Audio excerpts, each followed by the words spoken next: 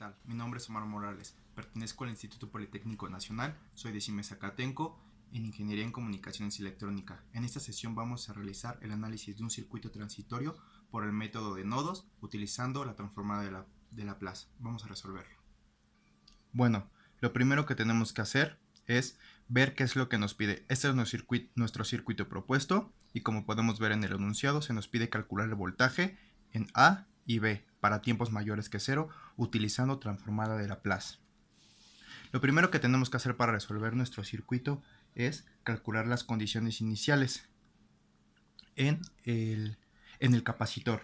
Procedemos a calcularla de la siguiente forma. Aquí tenemos el cálculo de la condición inicial. Una disculpa. Para el cálculo de nuestra condición inicial en el capacitor vamos a tener este circuito.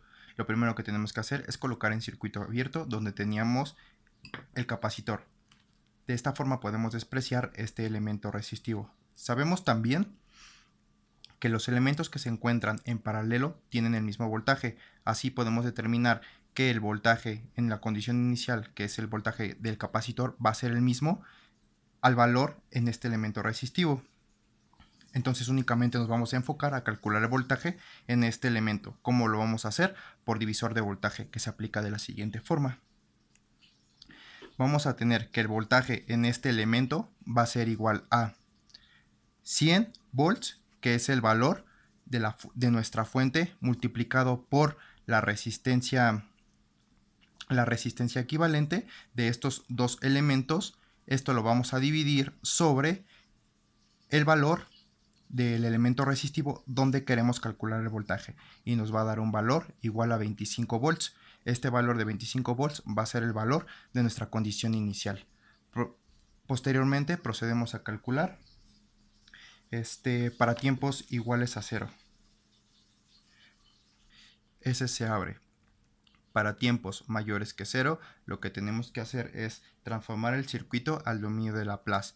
También tenemos que identificar nuestros nodos independientes y proponer un sentido a la caída de voltaje con respecto al nodo base. También puede ser importante que en el método de nodos tengamos que encajonar nuestros elementos como admitancias. De esta forma se nos va a facilitar el cálculo de las admitancias mutuas y admitancias propias, que vamos a obtener de nuestro circuito. Lo vamos a resolver de la siguiente forma. En el cálculo de las admitancias tenemos que para calcularlos tenemos que resolver los elementos agrupados en los cajones, obteniendo los siguientes resultados, que los vamos a utilizar en la sustitución de las ecuaciones de nodos. Para el cálculo de U1, pues como podemos ver, es igual a la caída de voltaje en A y B. Procedemos a calcularlos.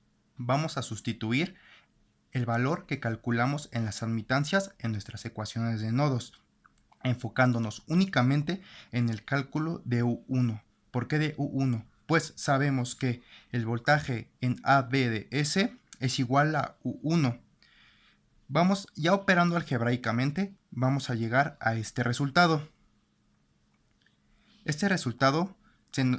Obteniendo ese resultado se nos va a facilitar el cálculo de la transformada inversa de Laplace de forma directa, para por el último paso llegar a el resultado en el dominio del tiempo.